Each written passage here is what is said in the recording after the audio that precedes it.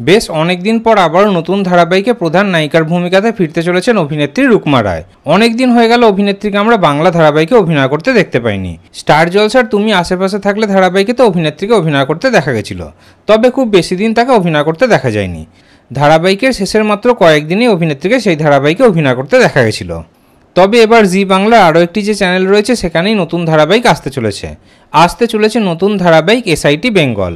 সেখানেই প্রধান ভূমিকায় অভিনয় করবেন অভিনেত্রী রুকমা রায়, সাথে থাকতে চলেছেন অভিনেতা ঋষি কৌশিকও।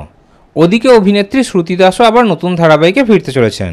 জি বাংলায় আসতে চলেছে একটি নতুন ধারাবাহিক, সেই নতুন ধারাবাহিকে প্রধান নায়িকার ভূমিকাতে অভিনয় করবেন অভিনেত্রী শ্রুতি দাস। ওদিকে অভিনেত্রী পল্লবী শর্মাও খুব শীঘ্রই নতুন ধারাবাহিকে ফিরবেন।